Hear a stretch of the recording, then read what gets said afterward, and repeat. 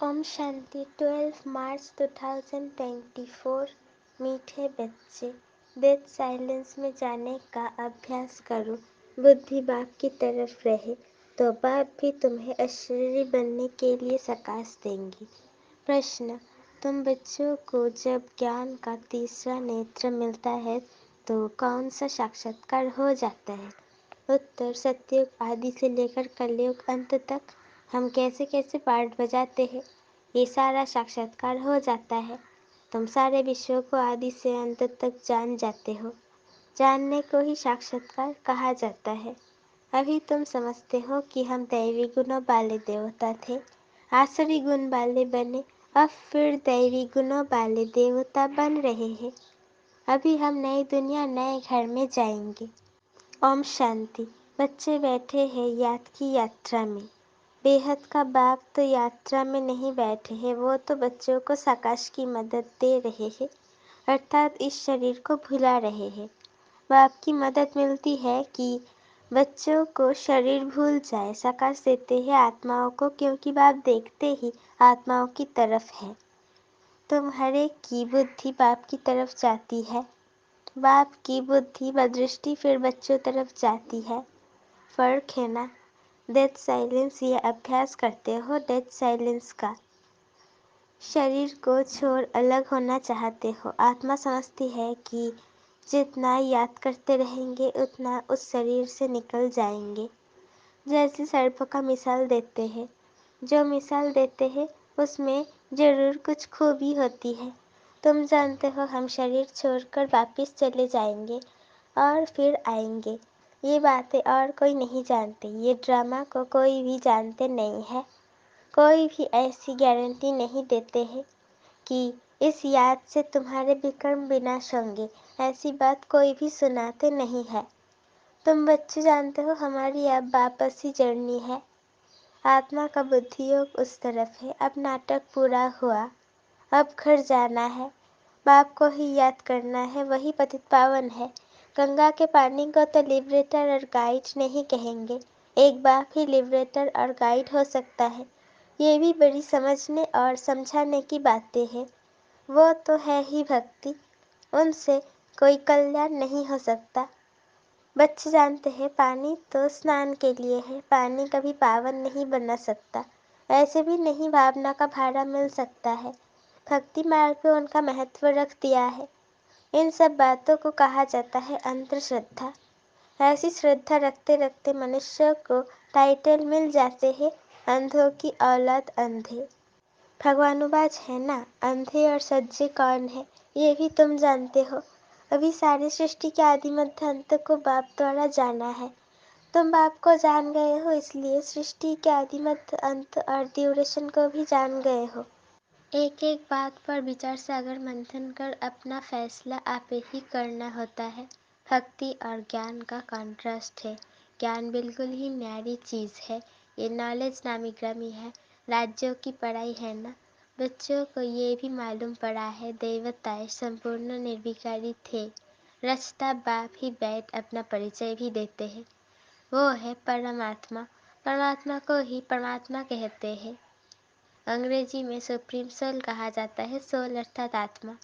आत्मा की साइज बड़ी नहीं होती है। बाप की आत्मा कोई बड़ी नहीं होती है। बाप की आत्मा भी ऐसे ही है जैसे तुम बच्चों की है। ऐसे नहीं बच्चे छोटे बाप बड़ा है, नहीं। वो सुप्रीम नॉलेजफुल बाप बहुत प्यार से बच्चों को समझाते रहते हैं। पार्ट बजाने वाली आत्मा है, जरूर शरीर धारण कर पार्ट बजाएंगी। आत्मा के रहने का स्थान शांति धाम है। बच्चे जानते हैं आत्माएं ब्रह्म महातत्व में रहती है। जैसे हिंदुस्तान में रहने वाले अपने को हिंदू कह देते हैं, वैसे ही ब्रह्मांड में रहने वाले फिर ब्रह्म को ईश्वर समझ बैठे हैं। ड्रामा में गिरने के उपाय भी नोंदा हुआ है। वापिस तो जा ही नहीं सकते। फल कोई कितनी भी मेहनत करे, नाटक जब पूरा होता है तो सभी एक्टर्स आकर इकट्ठे होते हैं। क्रिएटर मुख्य एक्टर भी खड़े हो जाते हैं। बच्चे जानते हैं अब ये नाटक पूरा होता है। ये बातें कोई भी साधु संत आदि जान नहीं सकते। आत्मा की ये नॉलेज कोई को नहीं है। परमात्मा बाप यहाँ एक बार आते हैं और सबको तो यहाँ पार्ट बजाना ही है। वृद्धि होती रहती है ना। आत्माएं सब कहाँ से आई? अगर कोई वापिस जाता हो फिर तो वो रस्म पड़ जाए, एक आए दूसरा जाए, फिर उसमें पुनर्जन्म कहाँ नहीं जाए। पुनर्जन्म तो शुरू से ही चला आता है। पहले नंबर में है ये लक्ष्मी नारायण। बाप ने समझाया है, पुनर्जन्म लेते लेते पिछाड़ी में जब आ जाते हैं तो फिर पहले नंबर में जाना पड़ता है। इसमें संशय की तो बात ही नहीं हो सकती। आत्माओं का बाप खुद आकर समझाते हैं। क्या समझाते हैं? अपना ही परिचय देते हैं। आगे पता था क्या कि परमात्मा क्या चीज़ है? सिर्फ शिव के मंदिर में जाते थे। यहाँ तो ढेर के ढेर मंदिर है। सत्युग में मंदिर पूजा आदि होती ही नहीं। वहाँ तुम पूज्य देवी देवता बनते हो। फिर आधा कल्प के बाद पुजारी बनते हो तो उनको फिर देवी देवता नहीं कहेंगे। फिर बाप आकर पूज्य बनाते हैं और कोई देश में ये गायन नहीं है। राम राज्य रावण राज्य अभी तुम समझ गए हो।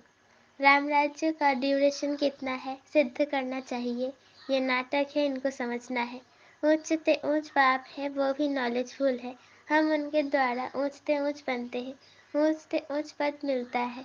बाप हमको पढ़ाते हैं, दैवी गुण भी धारण करने हैं। बच्चे वर्णन करते हैं, आप ऐसे हैं, हम ऐसे हैं।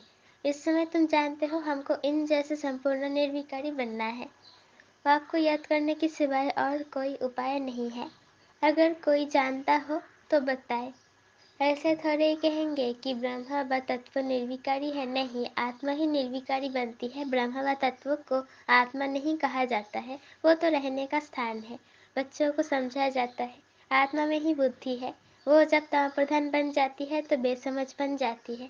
समझदार और बेसमझ है ना। तुम्हारी बुद्धि कितनी स्वच्छ बनती है और फिर मलिच्छ हो जाती है। तुम्हें प्योरिटी और इम्प्योरिटी का कॉन्ट्रास्ट का मालूम पड़ा है। इम्प्योर आत्मा वापिस जा नहीं सकती। अब अपवित्र से पवित्र कैसे बने उसके लिए रड़ी मारते रहते हैं। ये भी ड्रामा में नोंद है। अभी तुम जानते हो ये है संगम युग। बाप एक ही बार आते हैं ले जाने। सब तो नई दुनिया में नहीं जाते हैं, जिनका पार्ट नहीं वो शांति धाम में रहते हैं। इसलिए चित्रों में भी दिखा है। बाकी और जो भी चित्र आदि है वो सब है भक्ति मार्ग के। ये है ज्ञान मार्ग के, जिससे समझाया जाता है सृष्टि का चक्र कैसे फिरता है, हम कैसे नीचे उतरते हैं। 14 कला से 12 कला होती है। अभी फिर कोई कला नहीं रही है। नंबरवार तो है ना, एक्टर भी नंबरवार होते हैं। कोई का पगार 1000, 1500, कोई का 100। कितना फर्क हो गया। पढ़ाई में भी कितना रात दिन का फर्क है। उस स्कूल में तो कोई नापास होता है तो फिर से पढ़ना पड़ता है। यहाँ तो पढ़ने की बात ही नहीं, पद कम हो पड़ता है। फिर कभी पढ़ाई होगी ही नहीं, एक बार ही पढ़ाई होती है। बाप भी एक बार आते हैं। बच्चे भी जानते हैं पहले पहले एक ही राजधानी थी। ये तुम किसको भी समझाएंगे तो मानेंगे। क्रिश्चियन लोग साइंस में भी बहुत तीखे हैं और सब उन्हों से ही सीखे हैं। उन्हों की तो ना तो इतनी पारस बुद्धि ना पत्थर बुद्धि होती है। इस समय उन्हों की बुद्धि कमाल कर रही है। साइंस का प्रचार इन सारा क्रिश्चियन से निकला है, वो भी सुख के लिए ही है। तुम जानते हो इस पुरानी दुनिया का विनाश तो होना ही है। फिर तुम शांतिधाम सुखधाम में चले जाएंगे। नहीं तो इतनी सब मनुष्य आत्माएं वापिस घर कैसे जाए। साइंस से विनाश हो जाएगा। सब आत्माएं शरीर छोड़कर घर चली जाएंगी। इस विनाश में मुक्ति अंदर मर्ज है। आधा कल्प मुक्ति के लिए ही मेहनत करते आए हैं ना। तो साइंस और कैलामिटीज, जिसको कुदरती आपदाएं कहते हैं, ये भी होनी चाहिए। समझना चाहिए ये लड़ाई निमित्त बनती है मुक्तिधाम में ले जाने के लिए। इतने सबको मुक्तिधाम में जाना है। तुमने भल कितनी भी मेहनत की, गुरु किए, हठचोक सीखे, कोई भी मुक्तिधाम जा न सके। इतने साइंस के गोले आदि तैयार हुए, समझना चाहिए विनाश जरूर होगा। नई दुनिया में तो जरूर बहुत थोड़े होंगे, बाकी सब मुक्तिधाम में चले जाएंगे। जीवन मुक्ति में तो पढ़ाई की ताकत से आते हैं। तुम अडुल अटल अखंड राज्य करते हो। यहाँ तो देखो सब खंडों के टुकड़े टुकड़े हैं। बाप तुमको अटल अखंड सारे विश्व की राजधानी का मालिक बनाते हैं। बेहद के बाप का बरसा है बेहद की बादशाही। ये बरसा कबर किसने दिया ये भी किसकी बुद्धि में नहीं आता है, सिर्फ तुम ही जानते हो। ज्ञान का तीसरा नेत्र आत्मा को मिला है। आत्मा ज्ञान स्वरूप बनती है। सो अभी ज्ञान सागर बाप से ही बनना पड़े। बाप ही आकर रचता और रचना के आदि मध्य अंत का नॉलेज दे रहे हैं। है भी एक सेकंड की बात। सेकंड में जीवन मुक्ति, बाकी सबको मुक्ति मिलती है। ये भी ड्रामा बना हुआ है। रावण के बंधन से सब मुक्त हो जाते हैं। वो लोग विश्व में शांति के लिए कितनी मेहनत करते हैं, ये सिर्फ तुम बच्चे ही जानते हो कि विश्व में और ब्रह्मांड में शांति कब होती है। ब्रह्मांड में शांति कहा जाता है, फिर विश्व में शांति और सुख दोनों रहते हैं। विश्व अलग है और ब्रह्मांड अलग है। चांद सितारों से परे है ब्रह्मांड, वहाँ ये कुछ नहीं होता। उनको कहा जाता है साइलेंस वर्ल्ड। शरीर छोड़कर साइलेंस में चले जाएंगे। तुम बच्चों को वो भी याद है। तुम इस समय वहाँ जाने की तैयारी कर रहे हो और कोई भी जानते नहीं। तुमको तैयारी कराई जाती है, बाकी ये लड़ाई तो कल्याणकारी है। सबका हिसाब किताब चुकता होना है, सब पवित्र बन जाएंगे। योग अग्नि है ना, अग्नि से हर चीज़ पवित्र होती है। जैसे बाप ड्रामा के आदि मध्य अंत को जानते हैं, वैसे तुम एक्टर्स को भी ड्रामा के आदि मध्य अंत को जानना है। जानने को ही साक्षात्कार कहा जाता है। अभी तुम्हारा ज्ञान का तीसरा नेत्र खुला है। बरोबर हम सारे विश्व को सत्युग आदि से कलयुग अंत तक पूरा जान चुके हैं। दूसरा कोई भी मनुष्य मात्र नहीं जानते। तुम समझते हो हम जो दैवी गुणों वाले थे, वही फिर आसुरी गुणों वाले बनते हैं। फिर बाप आकर दैवी गुणों वाला बनाते हैं। बाप आते ही है पतितों को पावन बनाने। दुनिया में और कोई को ये पता नहीं है कि ये देवी देवता घराने वाले ही पूरे 84 जन्म लेते हैं। पावन भी तो पतित भी बनते हैं। ये किसकी बुद्धि में नहीं है। अभी तुम समझते हो ये तो जड़ चित्र है। एक्यूरेट फोटो तो उन्हों का निकल ना सके। वो तो नेचुरल गोरे है। प्योर प्रकृति से शरीर भी प्योर बनती है। यहाँ तो इम्प्योर है। ये रंग बिरंगी दुनिया सतयुग में नहीं होगी। श्री कृष्ण को कहा जाता है श्याम सुंदर। सतयुग में है सुंदर, कलयुग में है श्याम। सतयुग से कलयुग में कैसे आते हैं तुमको नंबर 1 से लेकर मालूम पड़ा है। श्री कृष्ण तो गर्भ से निकला और नाम मिला। नाम तो जरूर चाहिए ना, तो तुम कहेंगे श्री कृष्ण की आत्मा सुंदर थी फिर श्याम बनी, इसलिए श्याम और सुंदर कहा जाता है। उनकी जन्म पत्री मिल गई तो सारा चक्र की मिल गई है। कितना रहस्य भरा हुआ है, जिसको तुम ही समझते हो और कोई नहीं जानते। तुमको अब नई दुनिया नए घर में जाना है। जो अच्छी रीति पढ़ते पढ़ाते हैं वही नई दुनिया में जाएंगे। बाबा है बेहद की सारी दुनिया का मालिक, अभी आत्माओं के सभी आत्माओं का बाप।